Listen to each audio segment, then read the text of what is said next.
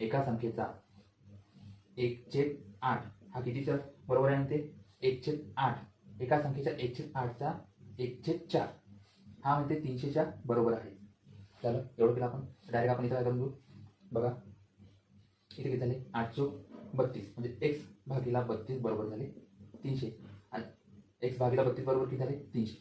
मग आपण काय करू 32 वर घेऊन जाऊ काय होईल मग ते x बरोबर 300 गुणिला 32 करा गुणाकार 3 2 6 3 3 9 त्याच्यावर 2 0 x बरोबर किती झाले मग x बरोबर झाले 9600.